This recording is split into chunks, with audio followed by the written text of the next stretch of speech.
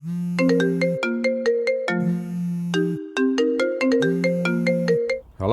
Hi, is that Simon? Yeah, it is, speaking. Simon, hi. Nick Day calling from the Crown Estate at Windsor. We're going to be opening up Virginia Water as a carp syndicate later this year. Yeah.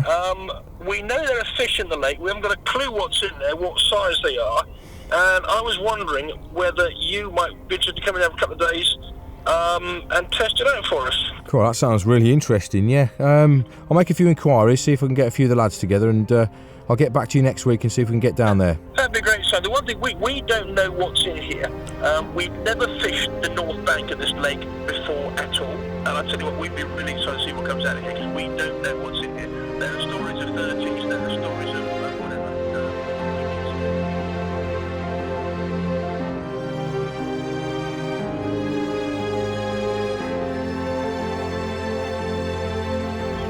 Now, it's not very often you get an invitation to fish on the Crown Estate, but that's where we are today. We're at the absolutely stunning Virginia Water, which is on the Windsor Great Park. Now, this is an absolutely huge piece of water. It's 140 acres in size, and there's not a great deal known about it. Although it has been fished over the last few years, it's never had a syndicate on it, but got an invitation to come down and test fish it because there's a new syndicate about to start on here, and it's very, very exciting because it's a lovely, lovely venue.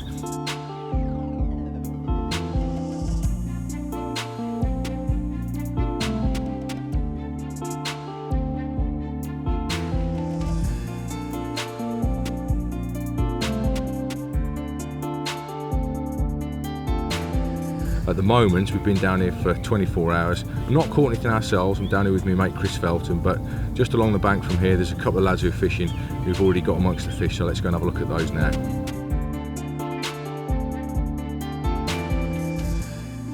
I'm Dave Marshall. I work for Crown Estate in Windsor. This is Rob, he's one of the arborists. He's caught a mirror carp about 5 o'clock this morning. He's going to bring it up and show you. Is it pregnant or just fat? Just fat.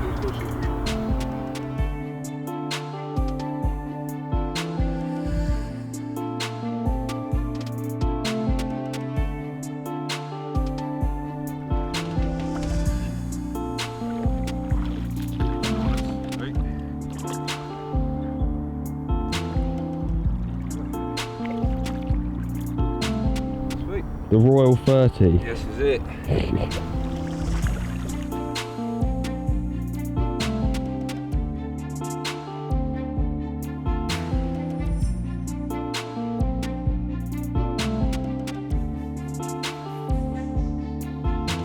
Yeah, as a backdrop, I think it probably ranks as one of the best looking swims I've fished in a long while. It's a really nice looking swim, this is, and the reason it took my fancy is mainly because what we've got here is a large body of water, which is like a large arm that comes off the main part of the lake, and at this time of the year, carp, as we all know, they head towards the shallower water, and obviously being a bay, the margins in this particular swim look really attractive. What I've got opposite here is a large snag on the far bank. I've got an out of bounds area there. There's an island in front of me as well. There's a lot of snags down to my right hand side as well. I'm here with my mate Chris, who's fishing to the left of me, and we've decided to spread the rods about. Chris has got the slightly deeper water to his left there. He's got the main central part of the lake where the depths go down to 16 foot. What I've decided to do is to go in this arm.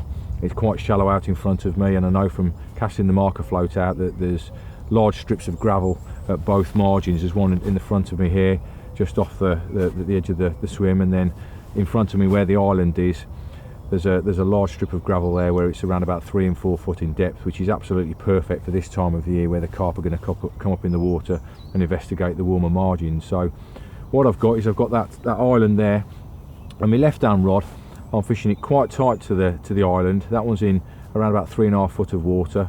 It's important to remember at this time of the year that you're fishing for one bite at a time, so I don't like to overbait too much. And the middle rod, what I've done with that one is I'm not fishing as tight to the island margin with that one. I'm fishing in around about 4-5 foot of water just on the edge of the gravel, and that's just to the right hand side of the fallen tree that we've got on the far bank. And again, all I've done with that one is spread around about half a dozen baits around it with the throwing stick. Now the right hand rod, that is a really interesting rod because I've sort of come away from that main feature in front of me, the island, and I've tried to do something completely different with that one. And so what I've done is I've cast it out towards the boathouse that you can see on the far bank over there, where there's one or two nice interesting snags. And again, all I've done is lightly bait it, half a dozen baits in the area and just a hook bait. So that's basically my 3 rods. I've got them out there, they're on the spot, and you know, over the next few days hopefully we'll see 1 or 2 fish on the bank.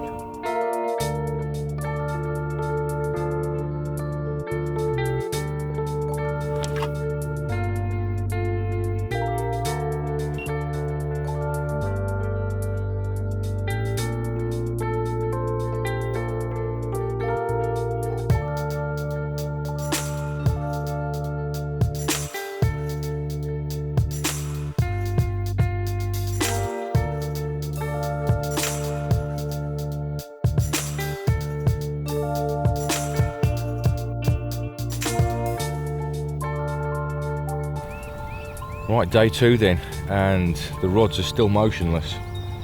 Now, it doesn't matter how experienced you are as a carp angler, but all sorts of thoughts go through your mind when you're not catching fish. Are you on them?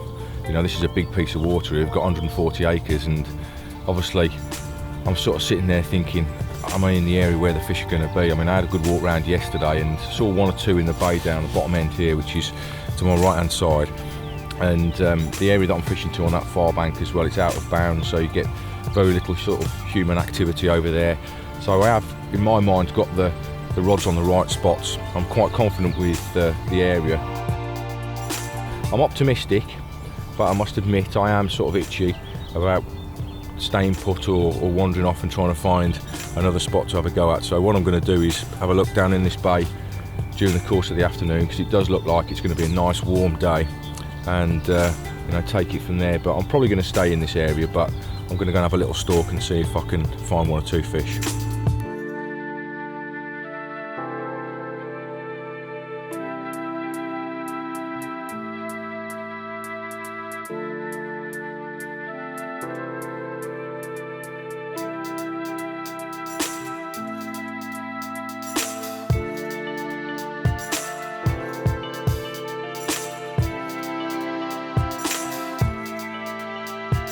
It's a very special water, this one is, because it's absolutely steeped in history. I mean, I don't know a great deal about it myself, but from speaking to the park rangers, etc., they tell me that it's around about 140 acres in size.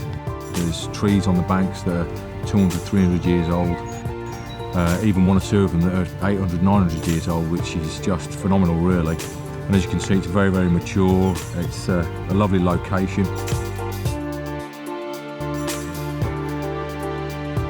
Well, legend has it that the lake is around about 300 years old, and it was dug by the soldiers of the Duke of Cumberland. Now, stock-wise, from the carp point of view, I don't really know a great deal about it, and it's fair to say that the guys that do fish here don't know a great deal about it either, and we are fishing for the unknown, and that is the beauty about this particular water. And it's really what's brought us down here, is that the stock is unknown. There's a lot of smaller commons by the looks of it from what we've seen, but there are some really, really beautiful old traditional scaly mirrors. Now, there's only sort of 3 or 4 lads that do fish here quite a lot, and they actually work for the park. They have shown us 1 or 2 pictures of some really, really exciting fish. There's some 30-pound mirrors, heavily scaled mirrors, starburst mirrors, and I think the biggest that they've caught so far is around about 37.5 pounds. Now, to catch those fish on a water this big, it takes some doing.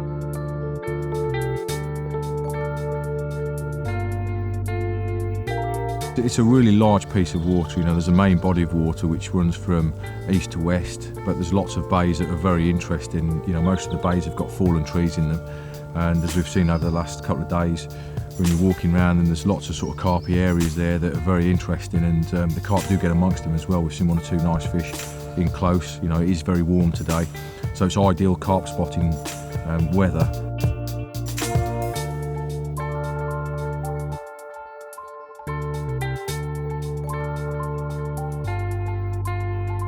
One of the lovely things about this park as well is that it's a royal park. I mean, there's lots of people walking around it, and it's beautifully maintained. And as we've already seen from around the lake when we walked around it the first time, there's lots of lovely things to look at, lots of tourist attractions, a totem pole that the Queen had brought back from Canada, I think it was. There's some stones and some ruins out on the other side that's been brought back from South America. There's Windsor Castle in the distance, and Prince Andrew just lives, I wouldn't say a stone's throw away, but certainly just down the road here. And Rumour has it as well that the old Duke of Edinburgh pops around here every now and again, and if he does today, the kettle's on for him.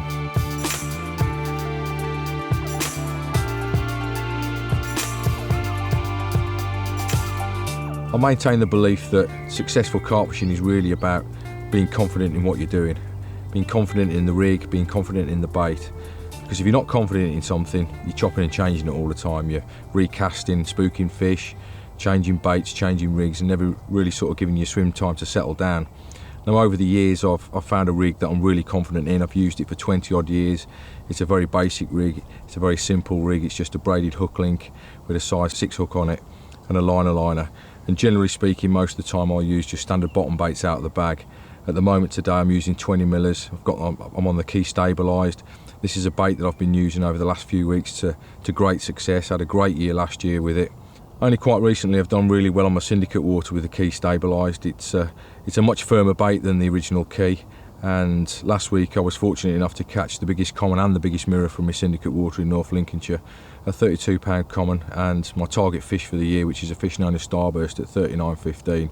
So I've got immense amounts of confidence in it, and we're on our last night now, and we've sat and persevered with this swim. I'm really sort of happy with this swim, confident that sooner or later the fish are going to move in here. The weather's really nice and warm, and only last night one of the lads caught a fish closer towards where we are now. So all being well with these conditions, there's going to be 1 or 2 fish moving into this bay tonight, and hopefully in the morning or during the night we're going to see something on the bank for ourselves.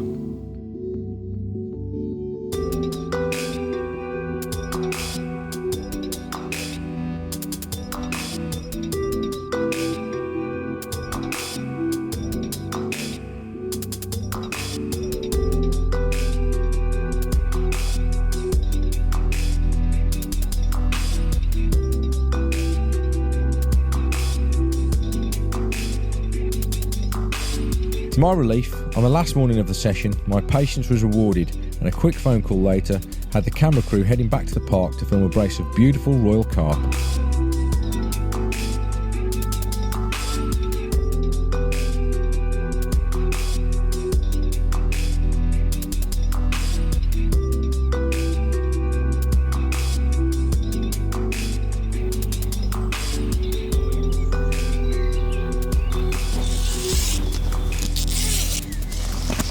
Right, here's the first one that we've caught then. It's a nice little common of around about 15 pounds.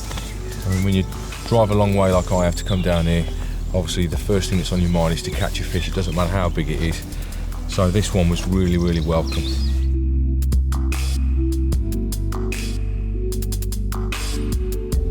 As you can probably tell from the shape of this one, it fought like an absolute train. I just heard the far margin explode in the darkness, and slowly this one made its way to the net. Really did fight very, very well. I suspect it's got some kind of wildy type genes in it. Looks a very long torpedo type fish, but it's very, very welcome.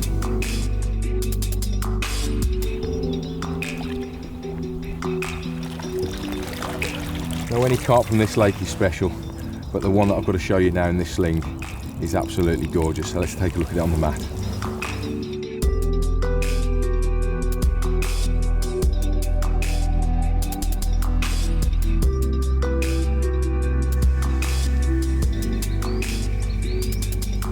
And when I was first invited to fish this lake, I was told there's some very special carp in here. Some really old English scaly mirrors.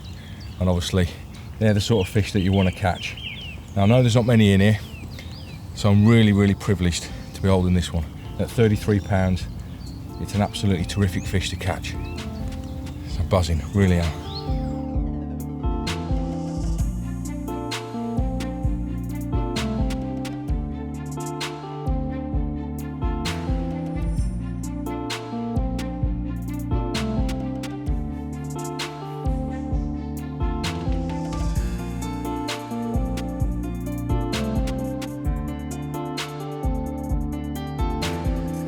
And so that was it, the end of our session on Virginia water. In a carp fishing world which is so commercial and busy, it's wonderful to discover a water which is so untapped and unknown. We spent 3 days at the park and only scratched the surface when it comes to its stock. Is there an uncaught 50 pounder lurking in its depths? Well, we don't know that, but that is the beauty of fishing for the unknown.